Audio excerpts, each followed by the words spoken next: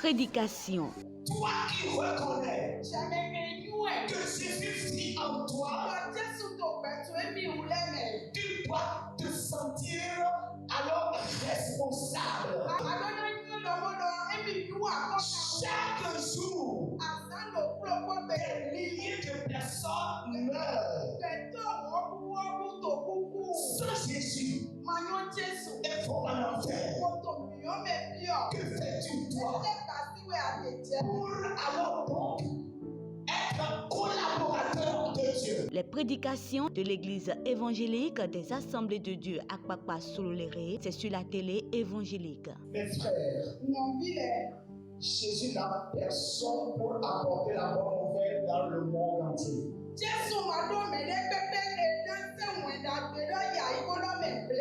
C'est toi qui es son royaume. C'est toi qui es son corps. C'est toi qui es sa foi. Il a mis tout à ta disposition pour que l'évangile aille vers ceux qui sont en train d'aller en enfer. Prenez le rendez-vous tous les mercredis à 20h et les vendredis à 10h. Les prédications, suivez et changez votre vie spirituelle. Que le nom du Seigneur soit béni ce matin. Nous sommes rentrés dans une nouvelle année, sûrement avec un PTA, plan de travail annuel. Et chacun de nous, autant que nous sommes, nous avons un budget, même si c'est fictif ou bien écrit, que ce soit pour lui personnellement ou bien pour son foyer, sa famille ou son travail. Mes frères et sœurs, ce matin, lorsque nous sommes rentrés dans cette année en tant que chrétiens, est-ce que nous nous sommes rappelés de pourquoi nous sommes sauvés? Est-ce que dans notre PTA, nous avons mis une bonne place que les travaux que nous devons faire pour Dieu occupent? Ou bien nous sommes nous seuls mis à 100% à mettre ce que nous devons faire, ce que nous devons réaliser et demander maintenant que Dieu bénisse cela. Le thème du message de ce matin, c'est appeler, c'est sauver et appeler pour le salut des âmes. Sauver et appeler pour le salut des âmes. Si nous sommes ici ce matin, c'est parce que nous avons donné notre vie à Jésus. Et si nous donnons notre vie à Jésus, nous devons comprendre une vérité essentielle. Nous ne sommes pas sauvés seulement pour jouir des promesses de Dieu. Nous ne sommes pas sauvés seulement pour nous cacher dans un coin, attendant le retour de Jésus. Nous ne sommes pas sauvés pour demander simplement que le Seigneur nous bénisse, que le Seigneur nous fasse du bien, que le Seigneur nous garde tout au long de l'année. Chaque jour qui passe, chaque semaine qui passe, chaque mois qui passe. Mais nous sommes sauvés et nous devons savoir que l'objectif de Dieu, en envoyant son Fils unique à la croix de Golgotha pour que nous soyons sauvés, c'est que Dieu voudrait confier une mission à chacun de nous autant que nous sommes. Et cette mission dont il s'agit n'est pas une mission pour les pasteurs seulement, n'est pas une mission pour les diacres et diaconesses seulement, n'est pas une mission rien que pour les responsables des départements. Mais autant que nous sommes, même si nous sommes sauvés aujourd'hui, nous devons savoir que cette mission dont il s'agit nous concerne nous tous. Du plus petit au plus grand. Que nous soyons enfants, que nous soyons adolescents, que nous soyons jeunes, filles comme jeunes garçons, que nous soyons une femme mariée, que nous soyons une femme divorcée ou une veuve, que nous soyons un homme marié, veuf, et j'en passe, nous devons savoir que la mission d'évangélisation, la mission pour le salut des âmes, alors nous concerne. Nous sommes sauvés et appelés pour le salut des âmes. Nous ne sommes pas sauvés et appelés seulement à chauffer les bancs d'église, non. Mais notre vie doit évangéliser. Tout en nous doit évangéliser parce que on nous a transportés, Dieu nous a transportés alors des ténèbres à l'admirable lumière de Dieu pour que nous soyons nous-mêmes des modèles et que nous disions maintenant aux gens combien de fois Jésus-Christ les aime. Nous venons d'explorer 3 tests dans la parole de Dieu où le premier test dans Matthieu le chapitre 9, le verset 36 à 38 nous dit que Jésus, voyant la foule, s'est ému de compassion parce qu'elle était languissante et abattue comme des brebis qui n'ont point de berger. Alors il dit à ses disciples, la moisson est grande, mais il y a peu d'ouvriers. Priez donc le maître de la moisson d'envoyer des ouvriers dans sa moisson. Mes frères et sœurs, la moisson qui est grande dont nous parlons toujours, c'est encore assez d'âmes, assez de personnes qui sont encore esclaves dans le monde, qui ne connaissent pas Christ. Et nous, notre mission, c'est d'aller les chercher. C'est d'aller leur dire combien de fois Dieu les a tant aimés qu'il a envoyé son Fils unique afin que quiconque croit ne périsse point, mais ait la vie éternelle. Si nous sommes ici ce matin, si nous sommes sauvés, ce n'est pas le ministère de quelqu'un. Si personne ne nous a évangélisés, si nous n'avons jamais entendu parler de l'évangile, du salut, nous aussi ne serons pas sauvés. Mais pourquoi est-ce que maintenant, nous allons être sauvés et aller cacher maintenant cet évangile et croire que c'est pour nous seuls? Pourvu que je sois sauvé, pourvu que j'ai la vie éternelle, ça me suffit. Non, ce n'est pas de ça qu'il s'agit. Nous sommes sauvés et appelés pour le salut des âmes. Ici, Jésus dit, priez le maître qu'il envoie des ouvriers dans sa moisson. Ce n'est pas maintenant à nous de rester à l'église seulement et de prier.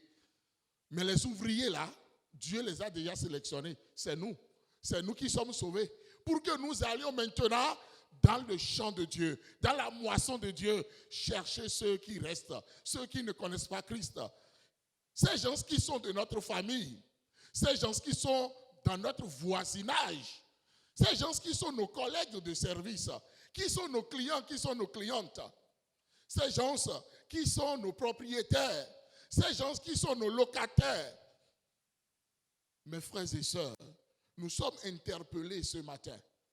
Si, alors, dans notre PTA de cette année, dans notre plan de travail, nous n'avons pas encore mis du temps pour aller dire aux âmes combien de fois Jésus-Christ les aime. Si nous n'avons même pas encore commencé ce travail-là jusqu'à maintenant, où nous sommes tout doucement en train de finir le premier mois de l'année 2024, c'est dangereux. Comment sommes-nous alors ouvriers avec Dieu? L'apôtre Paul, qui alors a compris rapidement cette mission qui lui a été assignée, et tel que la chorale l'a dit, nous devons obéir. L'obéissance à la parole de Dieu.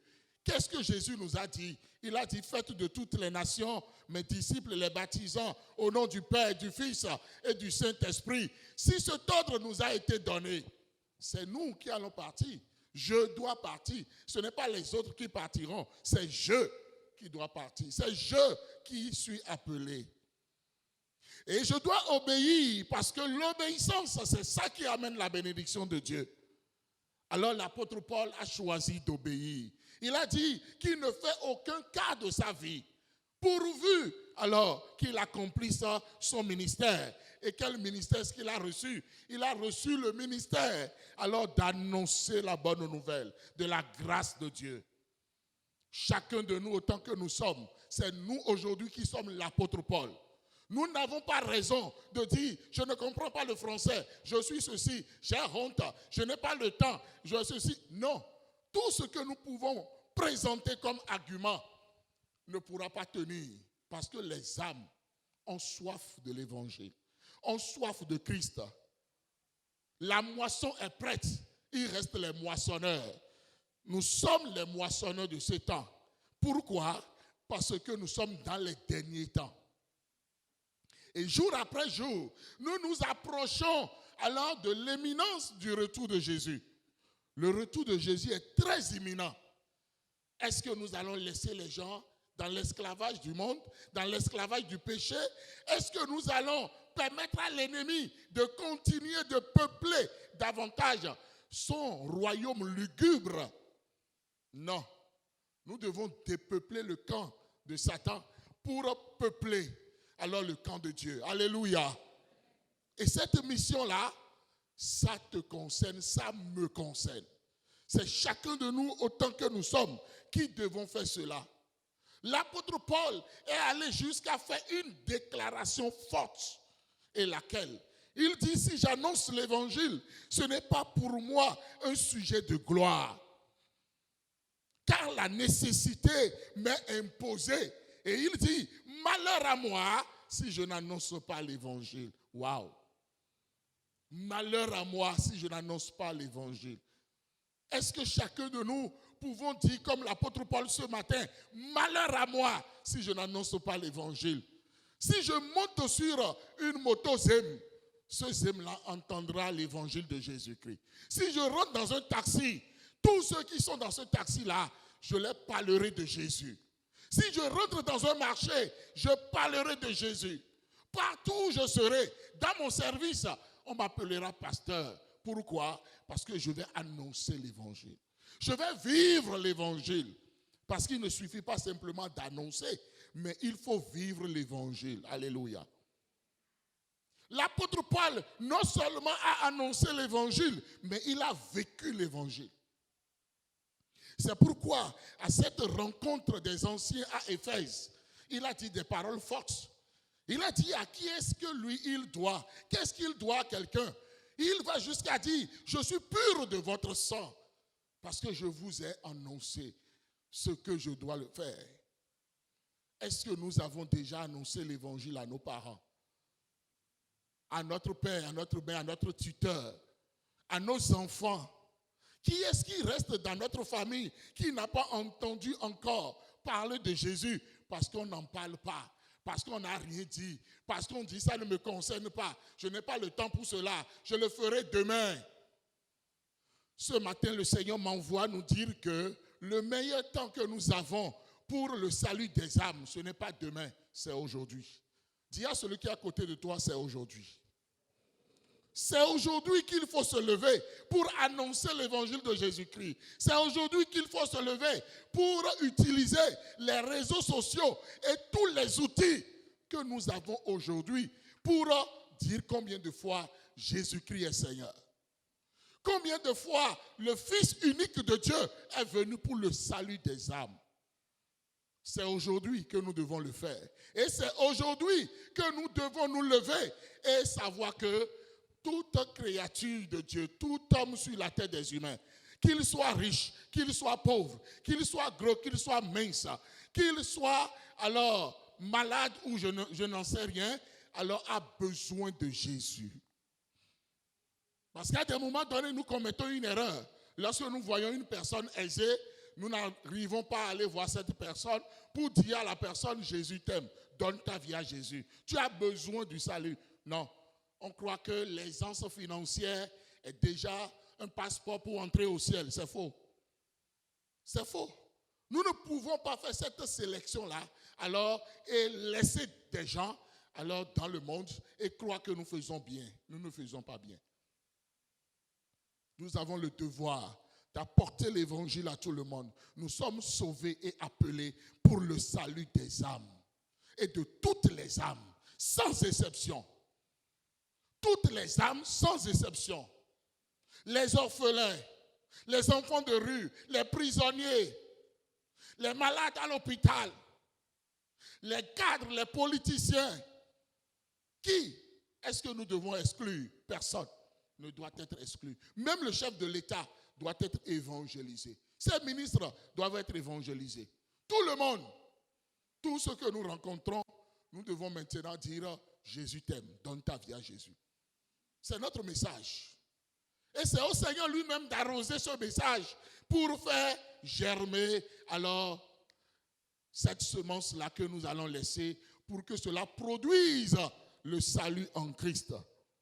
Mon frère, ma soeur, nous sommes sauvés et appelés pour le salut des âmes. Parce que le cœur de Dieu bat pour le salut des âmes.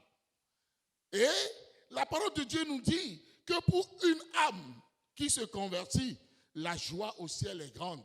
Donc ça veut dire qu'une valeur, la valeur d'une âme, nous ne pourrons même pas quantifier cette valeur. C'est une très grande valeur. Regardez combien de fois nous allons provoquer tant de joie au ciel si nous évangélisons, si beaucoup de personnes alors sont sauvées. À des moments donnés, lorsqu'on commence 2 cultes dans une église, 3 cultes dans une église, il y a des gens qui restent là à murmurer pour dire, est-ce que nous sommes assez nombreux pour faire 2 cultes? Est-ce que nous sommes assez nombreux pour faire 3 cultes? Lorsque Dieu donne le contenant, nous devons travailler pour que le contenu y soit. Dieu sait que nous devons aller évangéliser. C'est pourquoi il dit, faites 2 cultes. Les 2 cultes doivent être pleins. Pourquoi? Parce qu'il y a encore tant de personnes qui ne connaissent pas le Seigneur et qui sont dans le quartier, et qui sont hors du quartier, et qui sont partout, que nous devons maintenant aller chercher. C'est notre travail, c'est notre appel. C'est pour ça que nous sommes alors sauvés. C'est pour ça que nous sommes sauvés. C'est pour ça que nous sommes sauvés. Nous devons maintenant évangéliser de toutes les manières possibles. Parce que la repentance d'une âme est le plus grand des miracles. La repentance d'une âme est le plus grand des miracles. Ce n'est pas, Seigneur, guéris-moi. J'ai reçu la guérison. Gloire à Dieu. Non. Une seule âme qui se convertit, c'est le plus grand des miracles. C'est pourquoi le ciel se met alors en joie pour une seule âme qui se convertit. Mon frère et ma soeur, est-ce que tu as compris ce message?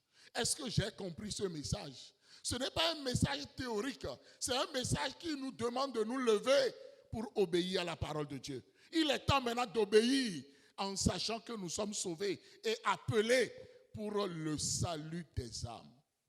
Tant qu'une âme n'est pas sauvée, je ne suis pas à l'aise. Quelle est la mission que je dois m'assigner? Je dois évangéliser et avoir une âme pour le Seigneur tous les jours, toutes les semaines, tous les mois de cette année. Et à la fin de l'année, regardez combien de personnes vont se convertir à la gloire de Dieu. Alléluia. Mon frère, ma soeur, ce matin, nous allons nous tenir debout et demander la grâce de Dieu. Nous allons dire, Seigneur, aide-nous à comprendre ce message. Tenons-nous debout, nous allons prier ce matin pour dire, Seigneur, tu m'as sauvé et tu m'as appelé en même temps pour le salut des âmes. Permets-moi de me mettre au travail maintenant. Ce n'est pas demain, c'est aujourd'hui, Seigneur. Au secours de moi. Aide-moi, Seigneur. Que tout obstacle quitte ma vie. Que toute honte quitte ma vie. Que tout ce qui m'empêchait ne m'empêche plus. Je veux obéir maintenant à ta parole. Prions au nom puissant de Jésus. Seigneur, au nom puissant de Jésus, nous voulons, Seigneur Dieu, venir à toi et demander ton secours, demander ton aide. Parce que, Roi de gloire, tu nous as sauvés en Christ pour nous appeler en même temps pour le salut des âmes. Tant que les âmes ne sont pas sauvées, nous sommes en train de faillir à notre mission et nous ne devons pas faillir. Aide-nous à obéir, Seigneur. Aide-nous, Seigneur, à nous mettre au travail maintenant, aujourd'hui et non demain. Merci, Seigneur, parce que, Seigneur, tu nous y aides. Reçois la gloire, Seigneur. Nous avons prié au nom de Jésus. Nous allons élever encore nos voix et demander au Seigneur d'enlever tous les obstacles qui nous empêchaient alors d'y aller. Le fait de dire c'est demain, le fait de dire c'est les autres qui sont concernés, le fait de dire je n'ai pas le temps, le fait de dire nous sommes déjà nombreux. Oh, nous allons dire Seigneur, enlève tous les obstacles et que nous nous engageons maintenant, aujourd'hui, pour le salut des âmes. Prions au nom de Jésus. Seigneur, tu enlèves maintenant tous les obstacles afin que nous soyons, Seigneur Dieu, prêts pour le salut des âmes. Prêts pour le salut des âmes. Que nous nous mettons au travail maintenant parce que tu veux nous bénir. Parce que Seigneur Dieu, tu veux agrandir ton royaume. Fais-le maintenant, Seigneur. Fais-nous grâce maintenant. Tu enlèves les obstacles, Seigneur. Et tu nous mets au travail, Seigneur. Béni sois-tu, Papa. Honneur, gloire et louange à toi. Nous avons prié au nom de Jésus.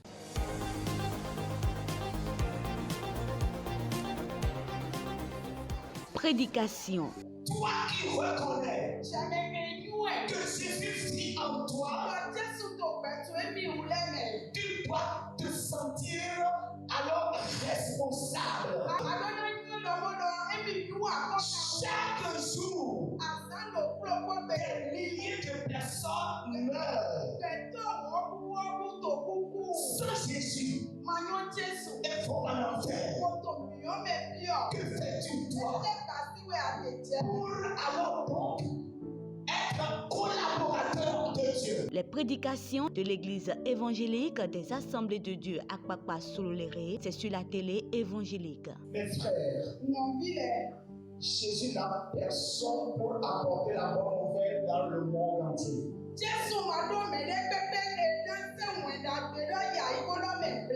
C'est toi qui es son royaume. C'est toi qui es son corps. C'est toi qui es sa foi. Il a mis tout à ta disposition pour que l'évangile aille vers ceux qui sont en train d'aller en enfer. Prenez le rendez-vous tous les mercredis à 20h et les vendredis à 10h. Les prédications, suivez et changez votre vie spirituelle.